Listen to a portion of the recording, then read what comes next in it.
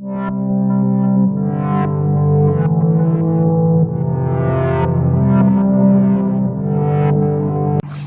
kita meneliti pendidikan Islam pada zaman sebelum penjajahan dengan lebih lanjut, kita perlu ingat bahawa pendidikan Islam tidak akan datang tanpa adanya agama Islam. Jadi, bilakah kedatangan Islam ke tanah Melayu?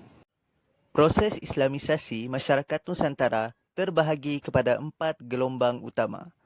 Gelombang yang pertama ialah pada abad yang ke-7 sehingga abad yang ke-12 Masihi. Gelombang yang kedua pula ialah pada abad yang ke-13 sehingga abad yang ke-17 Masihi. Gelombang ketiga ialah abad yang ke-18 sehingga abad yang ke-19 Masihi. Dan gelombang yang keempat pada abad yang ke-20 sehingga masa kini.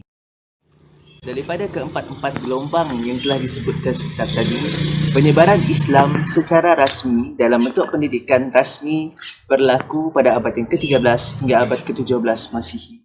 Pada abad yang ke-15, Melaka telah bangkit di bawah pimpinan para Meswara. Beliau telah masuk Islam setelah mendapat seruan dakwah daripada seorang ulama yang berasal dari Jeddah. Jadi, persoalannya, bagaimanakah pendidikan Islam pada zaman itu berkembang? Yang pertama, Sultan memanggil ramai alim ulama untuk mengajar tentang Islam di Melaka. Yang kedua, Sultan dan para pedagang dari tanah Arab menjadi ejen Islamisasi di tanah Melayu pada masa itu. Institusi pendidikan Islam yang terdapat pada masa ini ialah kediaman Sultan, istana, masjid, surau dan rumah guru. Manakala sistem yang digunakan pada masa itu ialah sistem kelas mengaji Al-Quran. Selain itu, penekanan juga diberikan dalam aspek pembacaan, penulisan, pengajian Al-Quran dan ilmu asas agama. Begitulah tadi senario pendidikan Islam sebelum zaman penjajahan. Sebelum hadirnya penjajah ke Tanah Melayu sudah mempunyai sistem pendidikan yang tersendiri, iaitu sistem pendidikan yang tidak formal berteraskan agama Islam.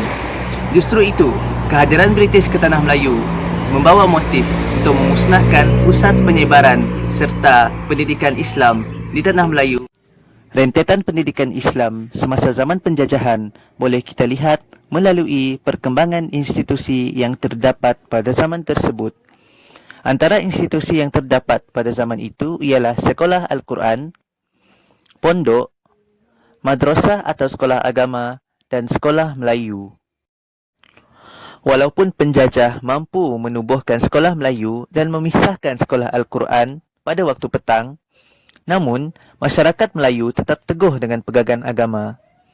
Hal ini boleh kita lihat apabila ibu bapa sanggup menghantar anak ke luar negara seperti ke Petani, Mekah, Mesir semata-mata untuk belajar agama. Dan seterusnya, lepasan luar negara inilah yang memperkenalkan institusi pondok di Tanah Melayu. Sistem pengajian pondok ialah sistem di mana para pelajar duduk dalam bulatan mengelilingi syekh atau guru mereka ketika menyampaikan pengajaran. Pengajaran pondok kebiasaannya dilakukan di masjid. Pelbagai aktiviti dilaksanakan bagi mendedahkan masyarakat kepada permasalahan dalam Islam. Pendidikan Islam seterusnya diperkemaskan lagi dengan wujudnya madrasah atau sekolah agama. Kelebihan yang ada pada madrasah ialah adanya bangunannya yang tersendiri. Sebab kewujudan madrasah dikatakan berpunca daripada gerakan Islah yang berlaku di Mesir. Pelajar Melayu yang baru balik belajar dari Universiti Al-Azhar membawa bersama perubahan yang bertujuan untuk mengubah sikap orang Melayu supaya memahami Islam dalam bentuk yang lebih lengkap. Antara tokoh reformis Melayu yang terlibat dalam mewujudkan madrasah ialah Syekh Tahir Jalaluddin dan Syekh Ahmad Al-Hadi. Mereka dikatakan mendapat pendidikan di Mekah dan mendapat pendedahan daripada tokoh seperti Muhammad Abduh di Mesir dan Jamaluddin Al-Afghani di Afghanistan. Madrasah pertama yang ditubuhkan ialah Madrasah Al-Iqbal pada tahun 1907 di Singapura. Namun demikian, madrasah itu tidak mendapat sambutan dan ditutup lepas setahun. Madrasah yang ditubuhkan seterusnya ialah Madrasah Al-Hadi pada tahun 1917 di Melaka. Madrasah Al-Hadi juga menerima nasib yang sama seperti Madrasah Al-Iqbal. Madrasah yang seterusnya ialah Madrasah Masyhur Islamiah di Penang.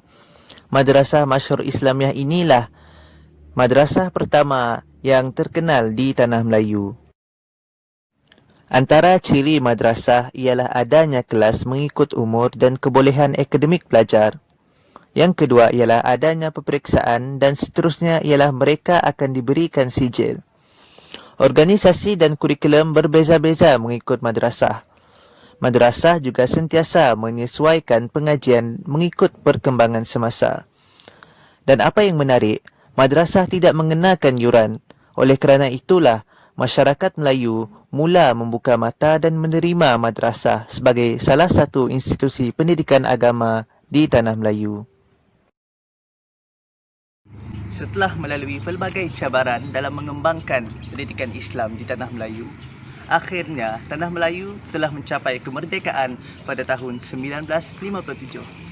Perkembangan pendidikan Islam selepas penjajahan boleh kita telusuri melalui perubahan dan perkembangan dari sudut kurikulum. Yang pertama, sukatan mata pelajaran agama Islam yang pertama untuk sekolah bantuan kerajaan mula disusun pada tahun 1959 dengan persetujuan Majlis Raja-Raja. Setelah dipersetujui, ianya kemudian dilaksanakan pada tahun 1962 sehingga tahun 1967. Kemudian, pada tahun 1967, sukatan pelajaran pendidikan Islam disusun semula dan dilaksanakan di sekolah-sekolah bantuan kerajaan pada awal sesi persekolahan tahun 1968. Isi kandungan pelajaran pelajar sekolah menengah dan sekolah rendah disesuaikan mengikut tahap umur serta kebolehan mereka. Kurikulum baru sekolah rendah ataupun KBSR mula diperkenalkan dan dilaksanakan secara penuh pada tahun 1983. Seterusnya, kurikulum bersepadu sekolah menengah pula mula dilaksanakan pada tahun 1989. Pada masa ini, pendidikan Islam mula menjadi subjek teras di peringkat menengah rendah dan menengah tinggi serta wajib diambil dalam peperiksaan. Pada tahun 1993, KBSR ataupun kurikulum baru sekolah rendah mula diperkemas dengan memperkenalkan KBSR yang baru iaitu kurikulum bersepadu sekolah rendah. Seterusnya, bagi memperkasakan lagi subjek pendidikan Islam, Perdana Menteri yang kelima iaitu Tun Abdullah Haji Ahmad Badawi telah mendapat ilham untuk mengadakan program Jacob. Jacob adalah untuk memperkukuh penguasaan Jawi, memastikan murid-murid khatam Al-Quran di sekolah rendah, mewajibkan pelajaran bahasa Arab dan memantapkan amalan dan penghayatan fardu ain. KBSR kemudiannya ditukar kepada KSSR iaitu Kurikulum Standard Sekolah Rendah dan menjalani semakan pada tahun 2017. Manakala kurikulum bersepadu sekolah menengah pula telah bertukar kepada Kurikulum Standard Sekolah Menengah KSSM pada tahun 2017. Biarpun namanya dijajah, tetapi kita perlu tahu, tanpa adanya penjajahan, masyarakat kita tidak akan bangkit memperjuangkan pendidikan bangsa kita seperti mana yang dilakukan oleh kaum muda. Sejauh mana pun pendidikan Islam berkembang, aku yakin seperkara yang tidak akan berubah, iaitu pendidikan Islam adalah untuk melahirkan individu Muslim yang faham dan patuh pada agama.